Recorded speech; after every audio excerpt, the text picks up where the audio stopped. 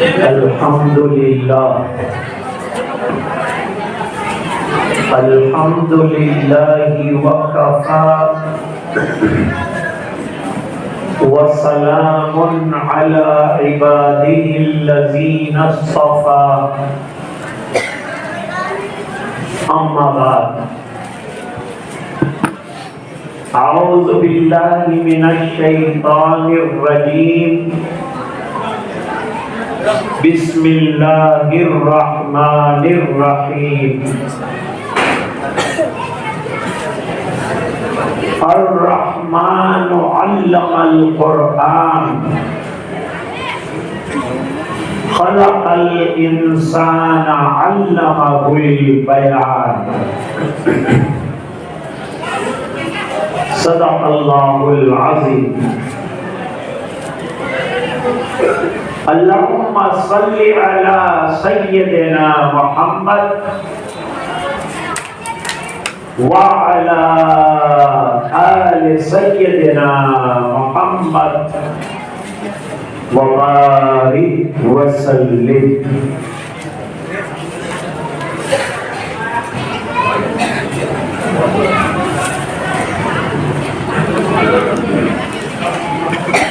حضرات علماء،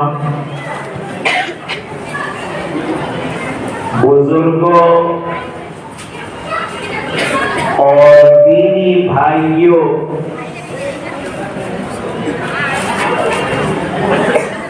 ابھی آپ نے مدرسے کا تکمیل قرآن کریم کا ایک روح پرور منظر دیکھا.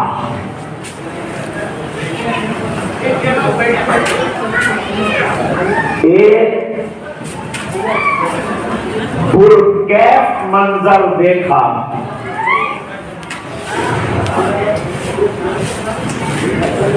جتنے بچوں نے تکمیل فرمائی، جتنی طالبات نے تکمیل فرمائی، اللہ تعالی اسے قبول فرمائے. ان کے اساتذہ کی محنت کو اللہ تعالی قبول فرمائے. جس مدرسے کی چھت کے نیچے انہوں نے پڑھا، اللہ تعالی اس مدرسے کو بھی قبول فرمائے. آپ حضرات نے یہ حسین منظر دیکھا، اللہ تعالیٰ آپ کو بھی قبول فرمائے اور ہماری نسلوں میں اللہ قرآن کریم کی تعلیم کا اور مکاتب کا سلسلہ جاری ساری رکھے.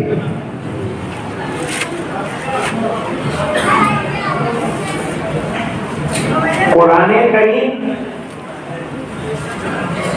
خیر الکلام ہے. خیر الکلام کلام اللہ. اللہ کا بہترین کلام قرآن کریم. اللہ کی بہترین کتاب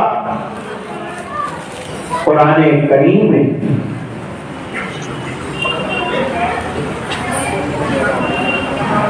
کلام الملوک ملوک الکلام، بادشاہوں کا کلام، کلاموں کا بادشاہ ہوتا ہے. قرآن کریم سب بادشاہوں کے بادشاہ رب کائنات کا کلام ہے۔ اس سے بہتر کوئی کلام نہیں ہو سکتا، اس کے پڑھنے والے سے بہتر کوئی پڑھنے والا نہیں ہو سکتا،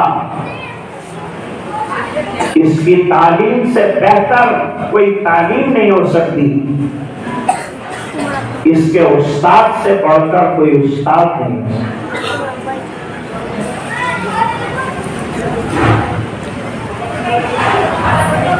قرآن کریم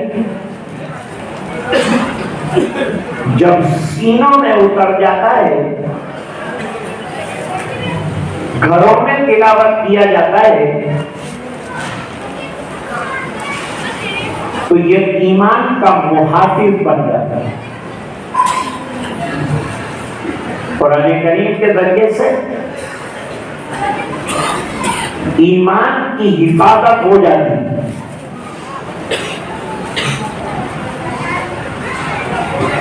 قرآن سرسری طور پر رکھا جائے گھر میں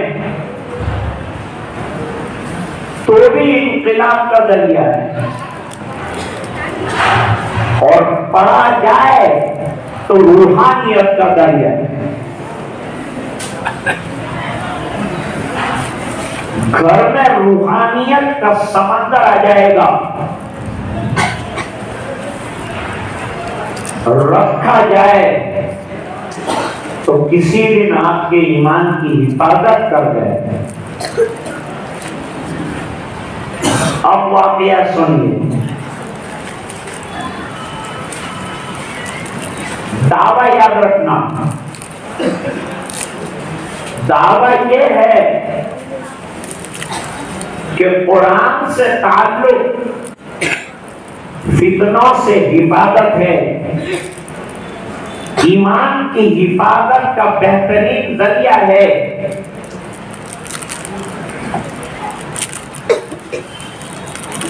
ماں باپ تھے، اکلوتا بیٹا تھا، بیٹے کو پہلے مکتب بھیجا، اسے بہترین قرآن کریم کی تعلیم دی، اپنی اولاد کو دنیا کے جنگل میں ڈالنے سے پہلے قرآن کا انجیکشن دے دو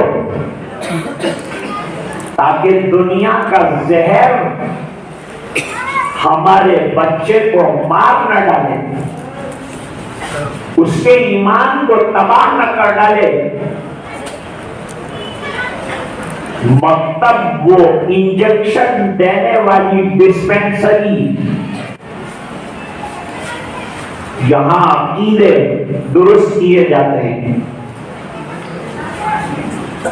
یہاں قرآن سے سینہ منور کیا جاتا ہے، یہاں اخلاق سکھائے جاتے ہیں، یہاں تربیت کی جاتی ہے، بہترین تعلیم دی جاتی ہے۔ کسی کالج میں اتنی اچھی تعلیم نہیں ہے جتنا کہ مدرسوں میں ہوتی ہے اور مکتب میں ہوتی ہے۔ ماں باپ کو چاہیے کہ اولاد کو کالج بھیجنے سے پہلے مکتب کے دروازوں پر کھڑا کریں، پڑھائیں تاکہ ان کا ایمان محفوظ ہو جائے، ان کا عقیدہ محفوظ ہو جائے۔ حدیث شریف میں فرمایا جب بچہ ذرا بولنا شروع کرے تو اس سے اللہ بلواؤ، یہ اللہ بولنے والا بن جائے، اللہ والا بن جائے۔ اور جب 4 سال کا ہو جائے اچھی طرح بولنے لگے. طبرانی شریف کی روایت ہے سب سے پہلے اسے قرآن پڑھا.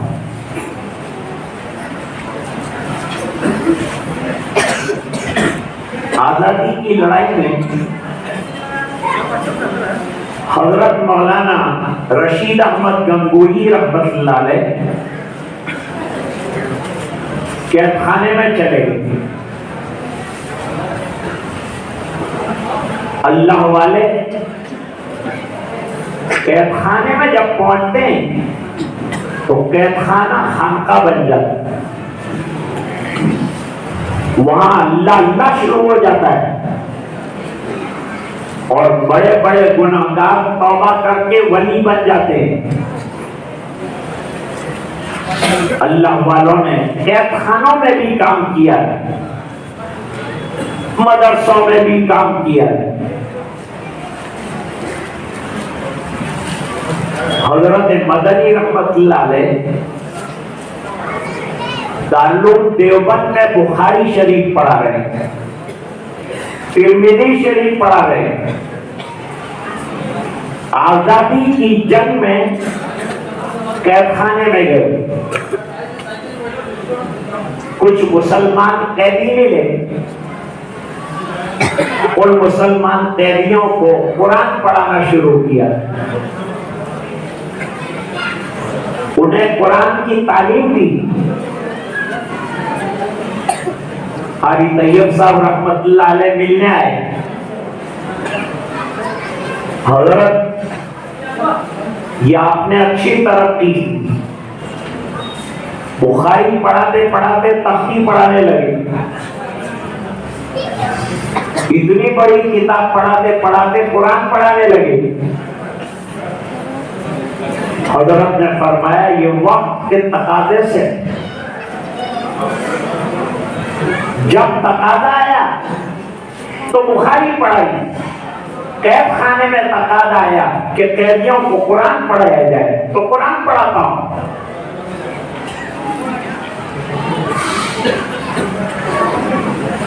حضرت گنگوہی نے وہ قیدی جنہوں نے گناہ کیے پوری زندگی گناہوں میں گزاری, پہلے ان کو توبہ کرائی. اللہ والے جہاں بھی جاتے ہیں گناہگاروں کو توبہ کرا دی. توبہ کرا دی اور توبہ کرانے کے بعد ان کو قرآن شروع کرایا. 1 سال قید خانے میں رہے حضرت گنگوہی, قرآن پڑھاتے رہے. پھر چھٹکارے کا آرڈر آیا کہ آپ کو قید خانے سے رہائی مل گئی. قیدی رونے لگے. حضرت اگر آپ چلے گئے تو ہم کو قرآن کون پڑھائے گا؟ چند پارے باقی رہ گئے, قرآن ختم کرا دیجیے. جیسے ابھی بچیوں نے قرآن ختم کیا, ہمارا قرآن ناقص نہ رہ جائے. بچوں نے والناس پڑھی, قرآن کریم مکمل ہو گیا. اب ان کی ذمہ داری ہے کہ گھر میں پڑھتے رہیں, اسے چھوڑ نہ دیں. قرآن چھوڑ دینے کی کتاب نہیں, ہمیشہ تلاوت کی کتاب ہے. گھر میں قرآن کی صدائیں گونجتی رہنی چاہیے. حضرت گنگوہی رحمت اللہ علیہ نے فرمایا ٹھیک ہے میں قید خانے میں ہی رہوں گا. چھٹکارا ہو گیا ہے, قید خانے سے کون جلدی نکلنا نہیں چاہتا, لیکن چھٹکارے کے بعد ان قیدیوں کے قرآن کو مکمل کرنے کے لیے قید خانے میں 6 مہینے ٹھہر گئے. یہ ہے قرآن کریم کی تعلیم, یہ ہے قرآن کریم کا مرتبہ. ماں باپ نے پہلے بچے کو اچھی طرح سے قرآن کا عاشق بنایا. میرے والد صاحب فرماتے تھے سرسری تعلق قرآن سے نہیں، قرآن سے عشق چاہیے. قرآن کے ایک ایک حرف سے محبت چاہیے، عشق چاہیے. ایک حرف کے لیے جان قربان کرنے کی نوبت آئے تو جان قربان کرنا چاہیے. پھر بچے کو کالج بھیجا. بچے نے کالج میں بہت اچھا پوزیشن حاصل کیا. He got the distinction marks. بہترین پوزیشن حاصل. Result was very nice. M.Com ہو گیا. ماں باپ نے کہا انڈیا میں تو کمائی زیادہ ہوتی نہیں، اور وہ بھی بیچارہ مولوی ہو تو اس کی تو کچھ کمائی نہیں.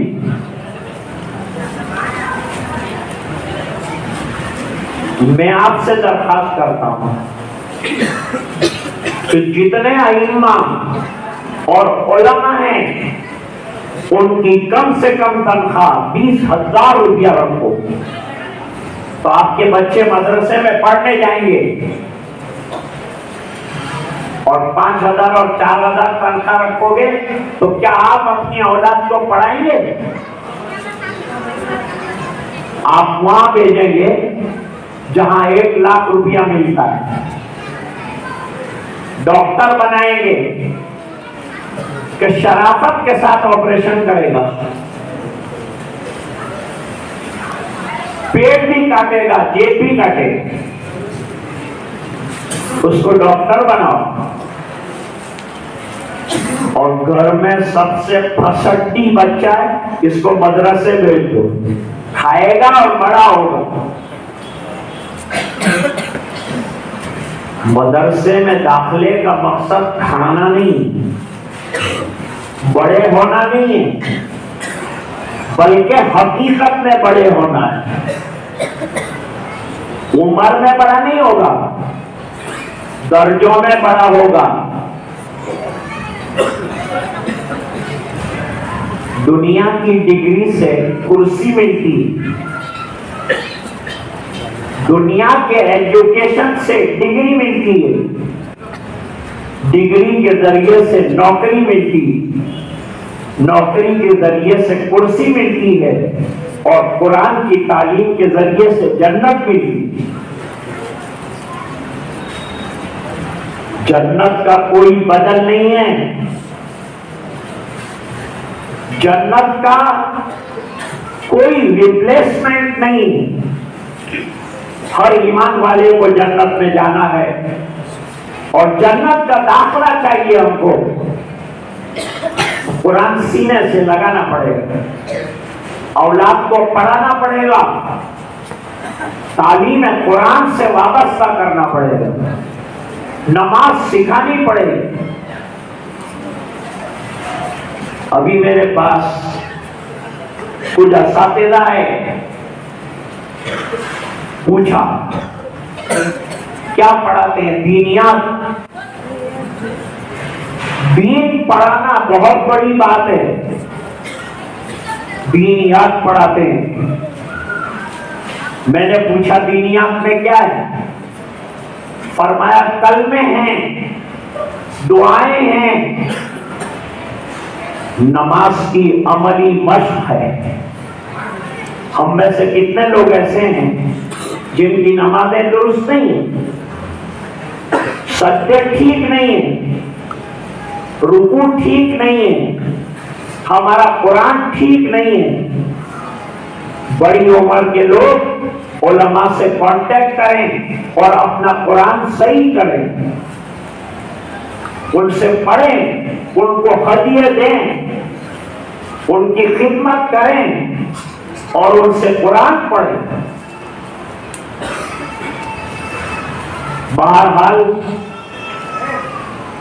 7 سال کا ہو جائے نا بچہ تو اس کو نماز کی تلقین کرو۔ مفتی سعید صاحب پالنپوری رحمت اللہ علیہ کینیڈا میں تھے۔ کینیڈا میں ان کے ایک بے تکلف دوست تھے۔ وہ بے تکلف دوست نے ایک دن سوال کیا، سوال تو گجراتی میں تھا۔ سوال یہ کیا کہ حضرت میرا ایک لڑکا ہے، میں اس کو جنید بغدادی بنانا چاہتا ہوں اور میں اس کو بایزید بستانی بنانا چاہتا ہوں، کیا کرنا پڑے گا؟ حضرت نے بہت مختصر جواب دیا، فرمایا بھائی تیرا بیٹا جنید بن جائے، تجھے پہلے جنید بننا پڑے گا۔ تیرا بیٹا بایزید بن جائے، تجھے پہلے بایزید بننا پڑے گا۔ پہلے گھر میں ماحول پیدا کرنا پڑے گا۔ میرے والد صاحب نے ایک چھوٹے بچے سے کہا بیٹا تو مدرسے نہیں آتا اور تو مسجد بھی نہیں آتا؟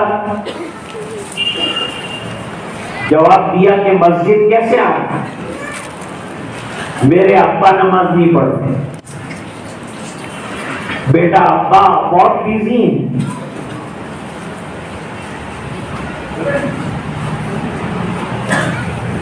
وہ نماز نہیں پڑھتے، کوئی بات نہیں، تو پڑھا کر۔ جواب دیا میری امی بھی نہیں پڑھتی۔ بیٹا تو پڑھا کر، کہا میرے دادا جمعہ کو پڑھتے ہیں۔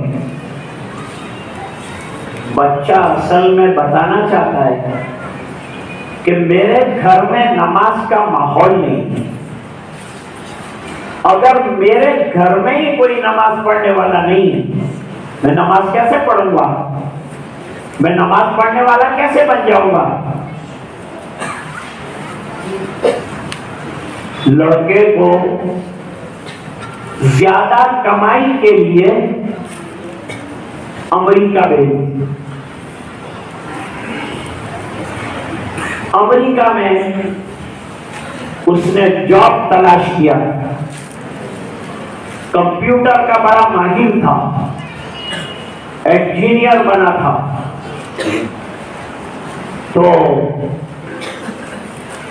جاب تلاش کرتے کرتے ایک بڑی آفس میں کمپیوٹر کا جاب مل گیا۔ اب جہاں جاب ملا تھا وہاں ایک ٹیبل، ایک کمپیوٹر اور کانچ کا پارٹیشن۔ اس کے پڑوس میں ایک عیسائی لڑکی کام کرتا ہے۔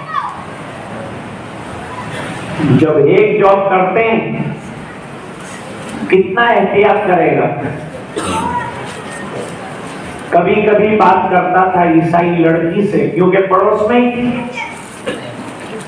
کچھ نہ کچھ بات کرتا تھا، وہ بھی کبھی کبھی بات کرتی تھی۔ یہ اسلام نے پردے کا جو نظام رکھا ہے نا، یہ بڑا عظیم نظام ہے۔ ناموس کی حفاظت کے لیے اور پاک دامنی کے لیے پردہ بہترین سامان ہے۔ بات ہوتی رہی، اللہ نے انسان کے دلوں میں خواہشات کی رہتی، لیکن خواہش کو کنٹرول میں رکھنا یہ اسلام سکھاتا ہے۔ خواہش بھی دی اور خواہش کو کنٹرول کرنے کا طریقہ بھی بتایا۔ میں کتاب پڑھ رہا ہوں، کتاب میں ایک واقعہ لکھا تھا۔ حضرت عمر رضی اللہ عنہ کے زمانے میں ایک نوجوان یہ نمازوں کے لیے مسجد نبوی میں آتا جاتا تھا۔ گلی میں ایک خوبصورت خاتون رہتی،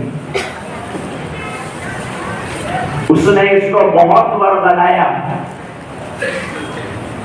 ایک زمانے دراز تک پھسلایا، لیکن یہ پکا نمازی اپنی خواہشات کو کنٹرول میں رکھ کر رہا۔ ایک دن پھسل گیا اور نماز پڑھنے جا رہا تھا، سیدھا اس کے گھر میں پہنچ گیا۔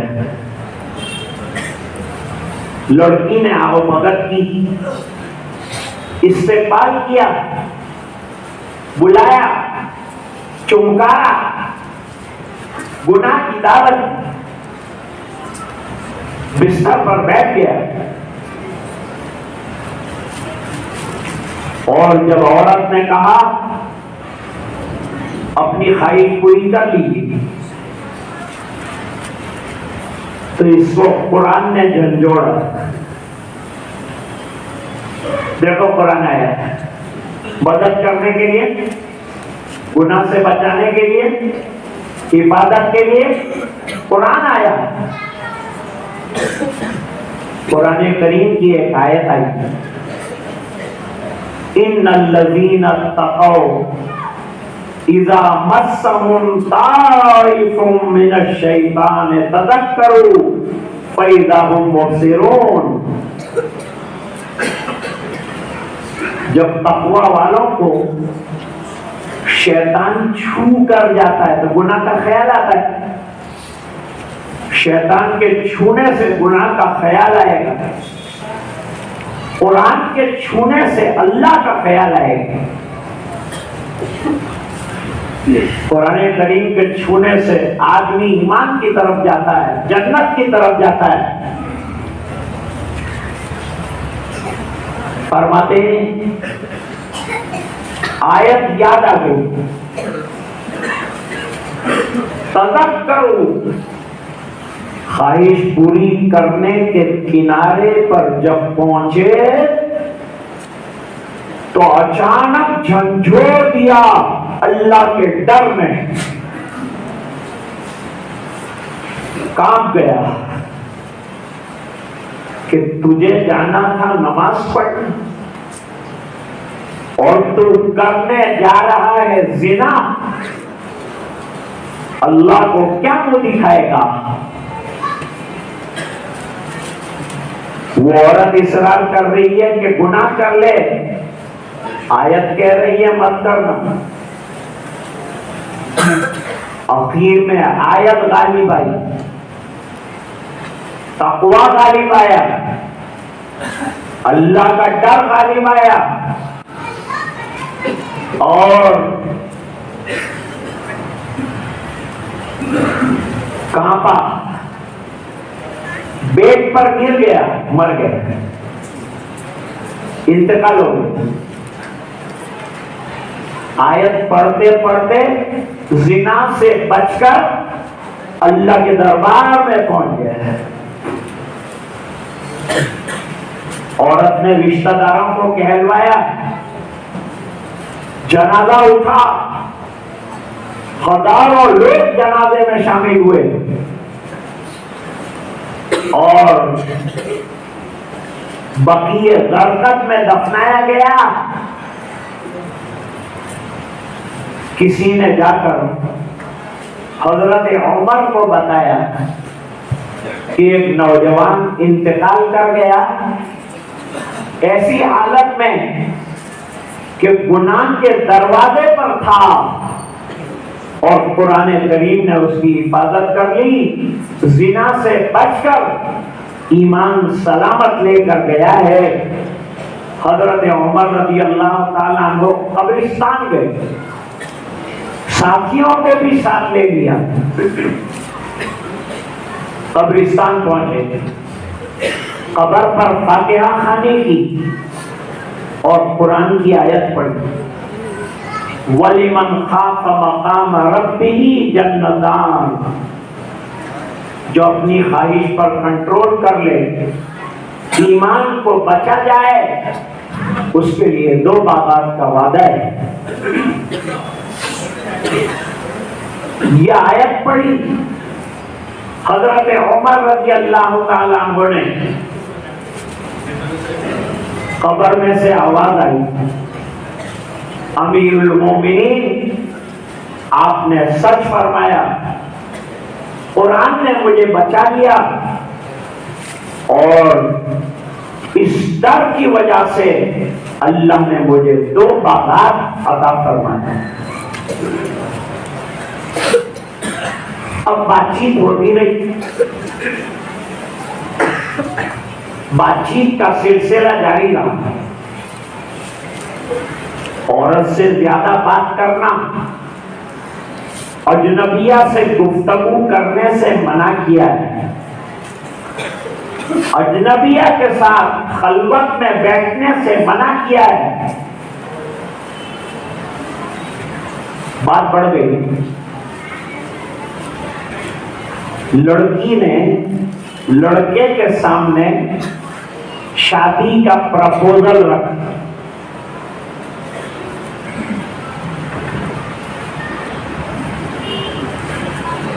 لڑکے نے کہا میں بھی تیار ہوں، چلو میرے ابا جان کے پاس، وہ بڑے پادری، لڑکے کو لے کر ابا جان کے پاس گئے۔ ابا جان نے کہا تم کو میری لڑکی سے نکاح کرنا ہے؟ کہا ہاں۔ کہ پہلی شرط،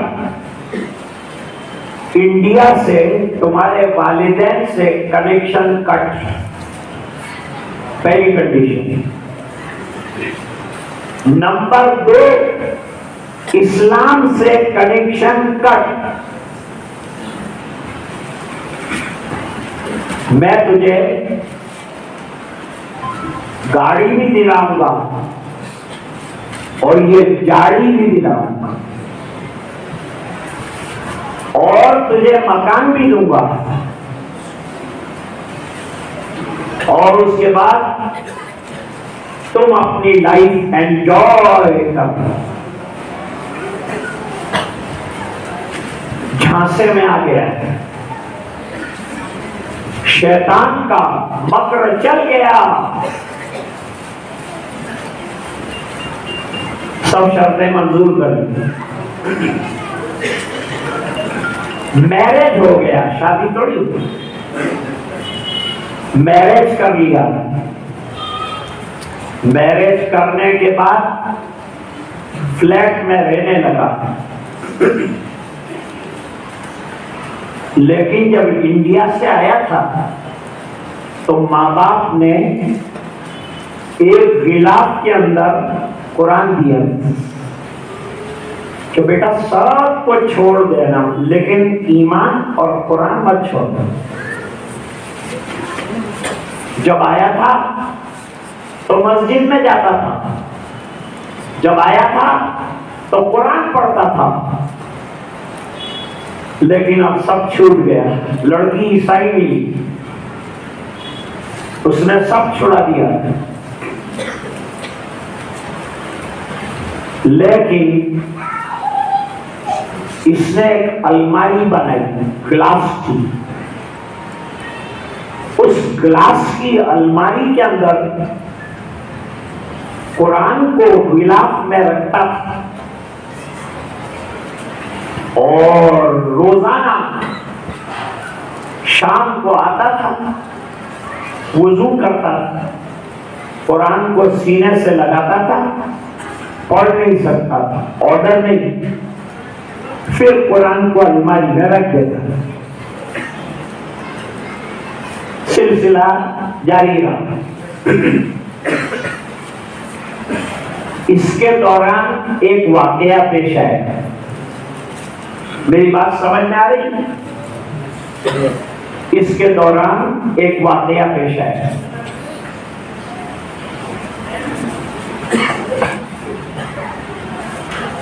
واقعہ یہ تھا کہ وہ عیسائی لڑکی جو ہے وہ روزانہ دیکھتی تھی کہ شام کو آفس سے آ کر بلا ناغہ یہ بک الماری میں سے نکالتا ہے، چومتا ہے، رکھ دیتا ہے۔ She want to know what is the book. یہ بک ہے کیا؟ What kind of book is this? That every day he is embracing this book, kissing the book, putting the book. What kind of relation this person has this with book? جب ایک دن دفتر گیا تو لڑکی جو ہے باپ کے پاس وہ کتاب لے کر گئی، اس کو نہیں معلوم کہ یہ کیا ہے۔ باپ سے جا کے کہا کہ میرا ہسبینڈ کو ہسبینڈ اس لیے کہتے ہیں کہ ذمہ داریاں بیچارے کی اتنی ہیں کہ ہنسنا بند ہو جاتا ہے، اس لیے اس کا نام ہسبینڈ رکھا ہے۔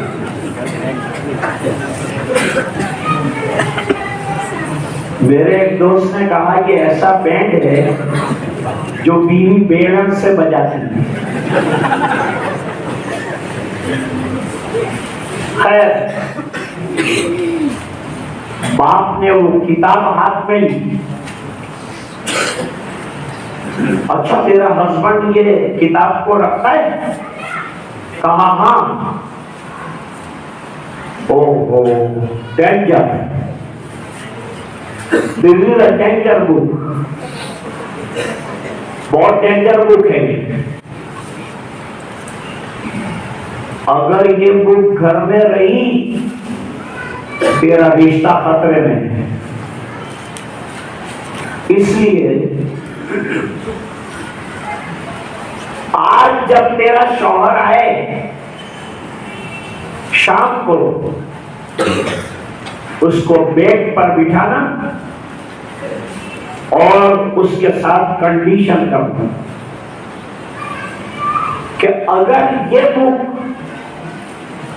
الماری میں رہتی ہے تو تمہارا اور میرا نبھاؤ نہیں ہوگا۔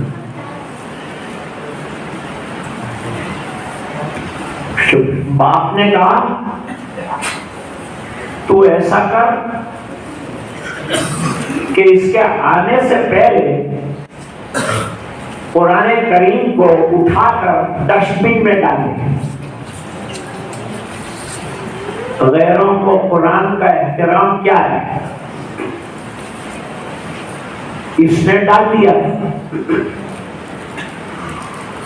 نتیجے کا علم نہیں۔ شوہر آیا، بریک فاسٹ کیا، الماری کے سامنے بیٹھا، الماری میں قرآن نہیں۔ بیوی سے پوچھا قرآن کہاں گیا؟ بک کہاں گئی؟ کہا میں نے ڈسٹ بن میں ڈالی۔ وہ دوڑا، ڈسٹ بن میں سے قرآن نکالا، غلاف کو دھویا، خوشبو لگائی، الماری میں رکھ دیا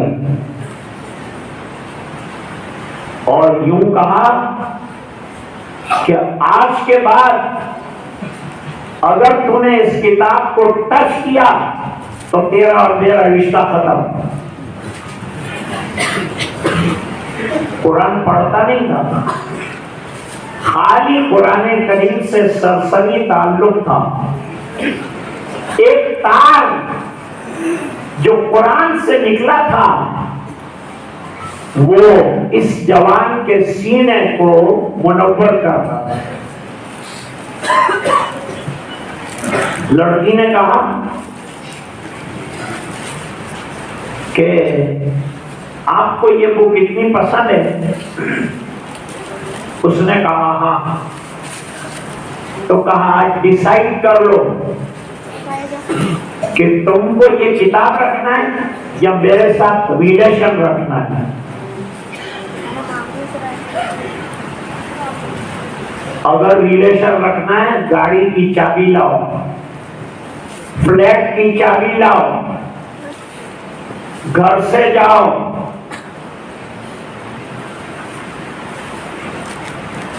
کہ مجھے آدھا گھنٹہ سوچنے کا ٹائم دے دے، مجھے کیا کرنا ہے، مجھے تیرے ساتھ رہنا ہے، تیرے راز رچیلے کے ساتھ رہنا ہے کہ مجھے اللہ کی کتاب کے ساتھ رہنا ہے۔ آدھا گھنٹے کے بعد رو رو کر اللہ سے دعا کی، اے اللہ میں بہت دور چلا گیا تھا، اسی عورت نے مجھے گمراہ کیا تھا، آج تیرے قرآن نے ہدایت، اے اللہ میں قرآن کے ساتھ رہنا چاہتا ہوں، میرا مکان چلا جائے گا، میری بیوی چلی جائے گی، میرا رشتہ ٹوٹ جائے گا، مجھے سب منظور ہے لیکن تیری کتاب سے رشتہ ٹوٹ جائے منظور نہیں۔ بیوی سے رشتہ ٹوٹ جائے گا تو دوسری بیویاں مل جائے گی، لیکن اللہ کی کتاب سے رشتہ ٹوٹا کوئی اور کتاب نہیں ملے گی۔ آدھا گھنٹے کے بعد بیوی آئی، پوچھا کیا ڈیسیژن ہے آپ کا؟ جواب دیا قرآن رہے گا، نہ تیرا مکان چاہیے، نہ تیری گاڑی چاہیے، نہ تیرے ساتھ رشتہ چاہیے، یہ چابیاں اور یہ میرا قرآن۔ سینے سے قرآن لگائے، سیدھا مسجد پہنچ گیا، دروازہ کھٹکھٹایا، امام صاحب نے استقبال کیا، ارے بہت دنوں بعد آیا جوان، بہت سالوں بعد آیا جوان، کہا دروازہ کھول دیجیے، اذان دوں گا۔ پوری رات رویا، پوری رات نماز پڑھی اور اللہ تعالیٰ نے اس کے ایمان کی حفاظت کی۔ کیا دعویٰ کیا تھا میں نے یہ عرض کیا تھا کہ قرآن خالی دیکھتا تھا تو قرآن نے بچا لیا، اگر قرآن زندگیوں میں آ جائے تو ہماری ایمان کی حفاظت کا، ہماری زندگیوں کی حفاظت کا یہ بہترین سبب بن سکتا ہے۔ اللہ تعالیٰ آج کے اجلاس کو قبول فرمائے۔ جن ذمہ دار حضرات نے ہمیں دعوت دی اور ہمیں بلایا، یاد کیا، اللہ تعالیٰ ان کو جزائے خیر عطا فرمائے، بہترین بدلہ عطا فرمائے، مدرسے کو ترقیات سے مالا مال فرمائے، اور اساتذہ کے علم میں اور جتنے حضرات علماء بیٹھے ہیں، جہاں جہاں پڑھا رہے ہیں، جو مدرسے میں پڑھا رہے ہیں اللہ تعالیٰ ان کو مدرسوں کو ترقی عطا فرمائے، ان کو ترقی عطا فرمائے، حفاظت کا سامان فرمائے۔ پوری امت کی بقا قرآن میں ہے، قرآن کو تھام لو، اللہ بچا دیں گے۔ وآخر دعوانا ان الحمدللہ رب العالمین۔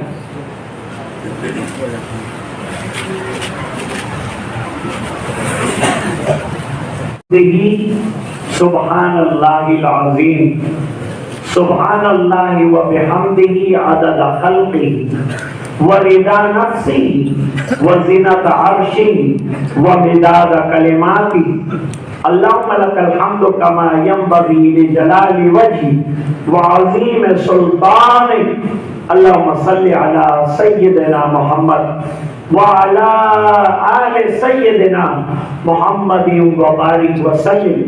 ربنا آتنا في الدنيا حسنة وفي الآخرة حسنة وقنا عذاب النار وادخلنا الجنة مع الأبرار يا عزيز يا غفار۔ اللهم إنا نسألك الهدى والتقى والعفاف والغنى، نسألك العافية في الدنيا والآخرة۔ اللهم إنا نسألك رضاك والجنة ونعوذ بك من سخطك وغضبك والنار۔ اللهم نور قلوبنا بنور القرآن وزين أخلاقنا بنور القرآن وادخلنا الجنة بالقرآن ونجنا من النار بالقرآن۔ اللهم اجعل القرآن ربيع قلوبنا نور صدورنا وذهاب همومنا وغمومنا۔ اللهم أعنا على تلاوة القرآن وذكرك وشكرك وحسن عبادتك۔